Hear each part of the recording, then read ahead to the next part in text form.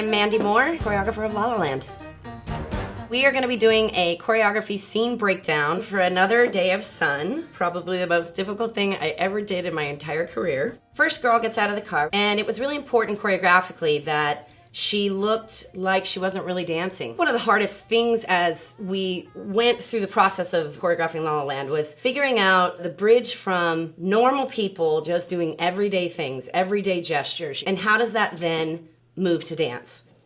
This little arms up moment is something that Damien was very clear about. He literally wanted this shape from the beginning. I remember showing him this shape actually in a meeting. I said, oh, she wants to have her arms up like she's stretching. You know, to me this becomes a really iconic shape because it's one of the first things you actually really see her do. Okay, so she does a little sassy step back. There's a little ball change, a grapevine.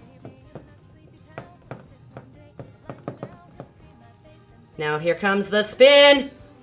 Yes! Okay, there was actually a little cut hidden in there. So I don't know if I was supposed to say that or not, maybe that's secret sauce, but we knew that we needed to create movement that would inform an edit. That's how we were able to kind of inform the whip of the camera, was the spins. Something that was choreographed and something that was from the choreography department actually informed what the camera was gonna do.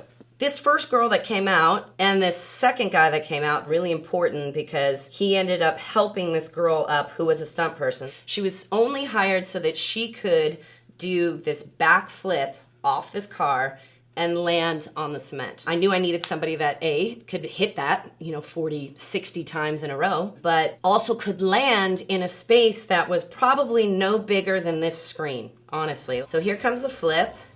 We're gonna do a little dippy dip dip.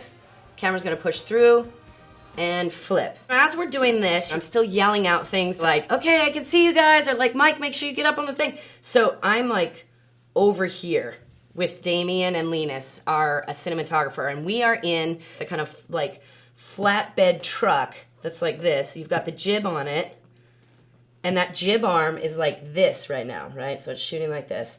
Going along with the idea of that we're introducing more and more people, we now have this woman who's in a red dress, which is starting to feel a little different than like an everyday normal thing. We have our first girl right there. She's the first one. I thought it was really important to make sure that she's always in the shot. But if you also notice, no one on this side is out yet, and that was a very conscious choice. There had to be a build, right? These people right here, I'm gonna call that a happy accident.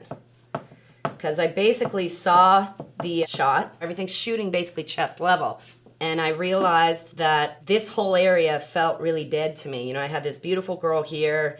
I had a lot of foreground elements. I basically was like, okay, guys, just get up and I need for you to do these kind of arm movements that you're gonna see in just a moment. And it actually ended up being a really kind of nice moment because it felt like things were building behind these people as opposed to just being in the foreground. And someday as I sing the song, the small town kid will come along. We're moving into what I guess I would consider our biggest section so far. As we were planning this thing, we had a lot of conversations about how were dancers gonna hear? Like how does this guy hear the same music that this guy hears? We had speakers in these hidden places near car tires or just places where we wouldn't be able to see them in the shot.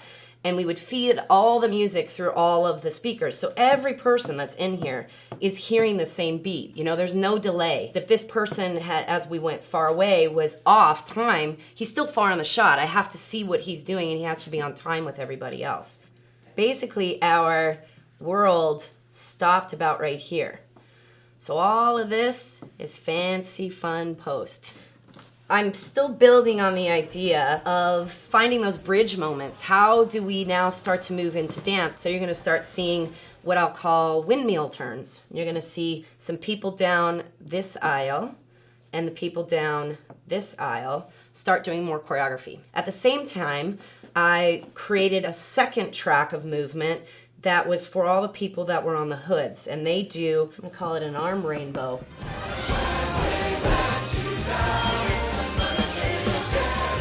Okay, so this girl right here, Jillian, my assistant, is gonna do something called a soda basque. And it's basically a turn in the air. So if you imagine like an ice skater, they're kind of traveling and then they do basically like a tornado move and then they land. That's what a soda basque is. Oh, there she is. So again, more of those arm movements that are happening, more of the arms. I've only had 30 dancers in this, so I've pretty much used all my 30 dancers.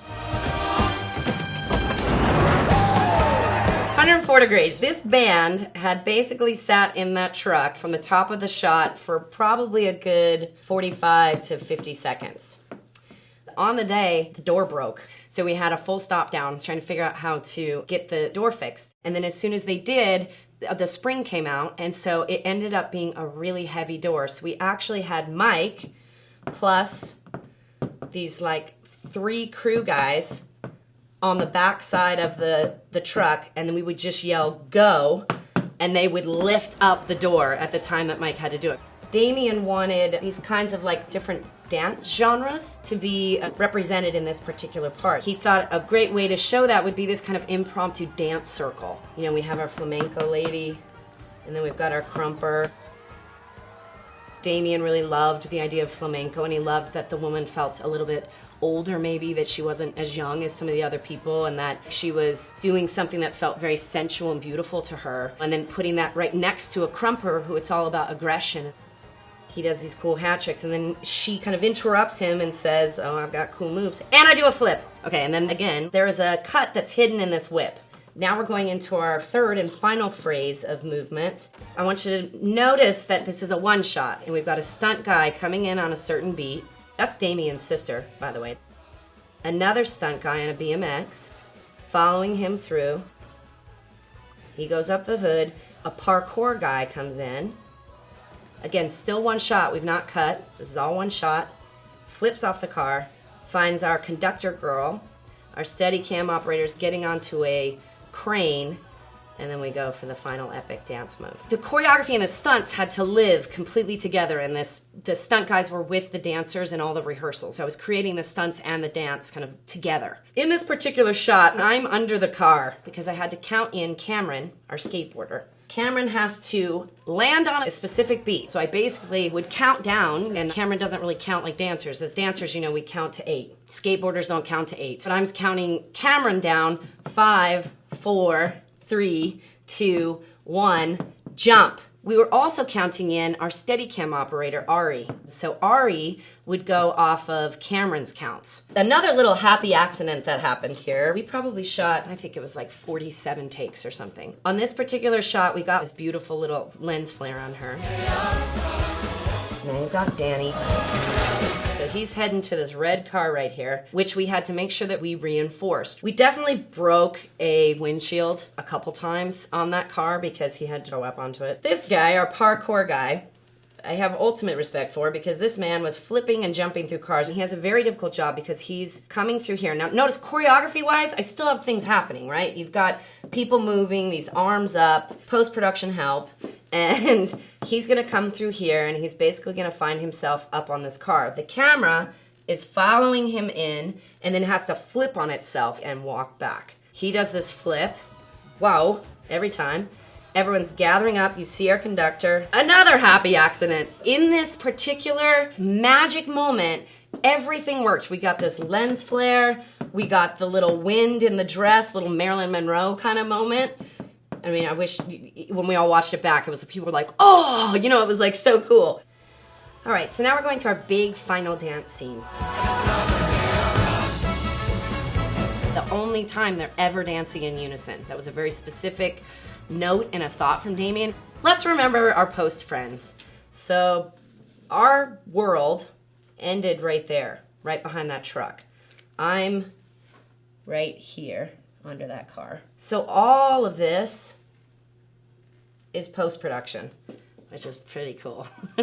So we, were able to make it look like, hundreds of dancers were back there. So we had this way of labeling all of the cars so that we could discuss how we were going to talk about how to reinforce the hoods. Because if you notice, dancers are on like every other hood. And also, if I had everybody on hoods, then I felt like it was kind of weird that I didn't also have people on the floor here. So we used this labeling system. Each lane was a letter, and then each car was a number, so that then we can then discuss, okay, D11, that's Patrick. He dances on a roof, so it has to be reinforced. We know he's in a white car, So he shouldn't wear white. So he's going to be in something that's in a green or brown color. You know, so many departments you're dealing with. So you're dealing with casting, transpo, and art department, transpo and how you're getting the cars. You're dealing with wardrobe. And then I also had to make sure that choreographically I'm getting Patrick back to his car because he started in his car. So it would be weird if Patrick just got in a different car and started driving out. To dance on a hood that's only, 4 feet wide. It was really interesting to find movement that you could do on a hood. Because your dance space, you know, basically if someone's standing, it's like your stance is going to be basically what you can do. So if you notice, a lot of the dance moves that they do all kind of replace on themselves. So this final dance section is funny enough, the very first thing I made up for La La Land, which is odd because we didn't shoot it till almost last. I love this moment when they have their feet together. Like how many times have you stood out in the sun and closed your eyes and just like felt the sun on your face? You know, I wanted to create these moments that felt really joyful. So then we go into Damien's one request. They all need to jump off. They all need to get in cars. And they all need to turn and sing towards the camera. And everyone has to shut their doors at the same time. At the end of this entire thing, because mind you, this has been one shot, you know, from the kid on the skateboard to the BMXer, to the dancers getting up, to the flipper, to the conductor, to everyone dancing in the cars. This has been one shot, and everyone had to make it important to themselves, and they had to make sure that it happened, that they just got in the cars and that they closed the door at the same time. You know, I definitely threatened them with their lives, slightly, but, you know, I'm so proud of these dancers. That's the choreography scene breakdown for Another Day of Sun. So when you're stuck in traffic, you know what you need to do. Get out and dance.